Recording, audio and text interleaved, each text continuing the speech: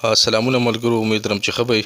ملګرو موجود یو دا ټیم د سوات په ګورورنې سیمه بیدره کې نننی پروګرام را جوړ کړی دی د ډېر ښایسته ګران مشر عزیز الله عزیز صاحب سره.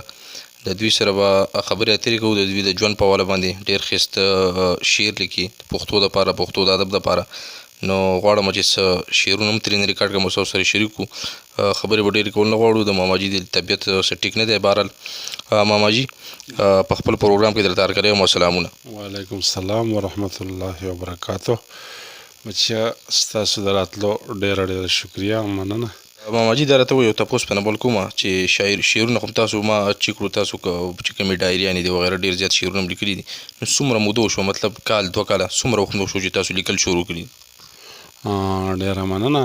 دا شاعري زموږ په دې زړه کې دا جراثیم د وړوکوالي نه و پیدایشي، خو بعضې وخت کې علم لږ کم غونته کي، سړی ماشومي رو وار په مخه مختګ باندې بیا ورو ورو سړی د تجربې سره لږ دغه شي د میچور شي.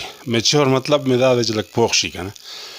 نو دا شوق زمونږ د مخکینی نه، خو بیا کله چې زمونږ د پلار دا ډیث وشو د هغې په وجه باندې دا غم ماته لږ ډېر زیات شو، او د هغې د وجې نه تقریبا 13 یا 33 کاله ما دې طرف ته توجه نه ده کړې.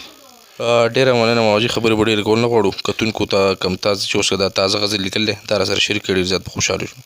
جانان چې چرته وینم نو دا سترګې په ما تورې شي، غمې داسې راشي چې د زړه قصې مې نورې شي. د جانان غمه لږ په وار شه ګینې مړ به شمه، په نیمه شپه کې به ګوا سپوږمۍ او ستوري شي.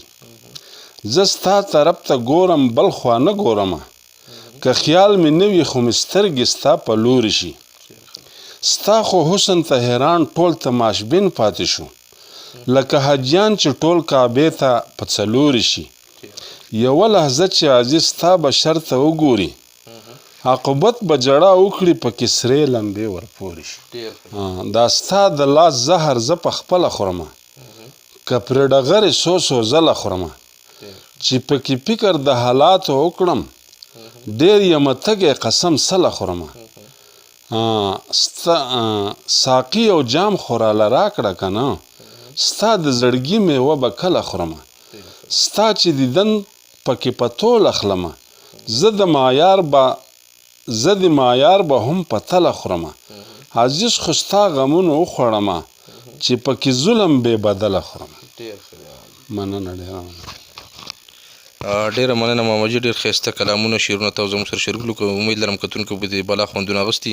کتونکو دا و ډېر ګران مشر عزیز الله عزیز. تاسو د دوی نه کلامونه واورېدو. تر دې د مرګ خپل قربان باچا ته اجازه، کیمرمین وادي سره په لوی عالم سپارم. د لوی الله په امان.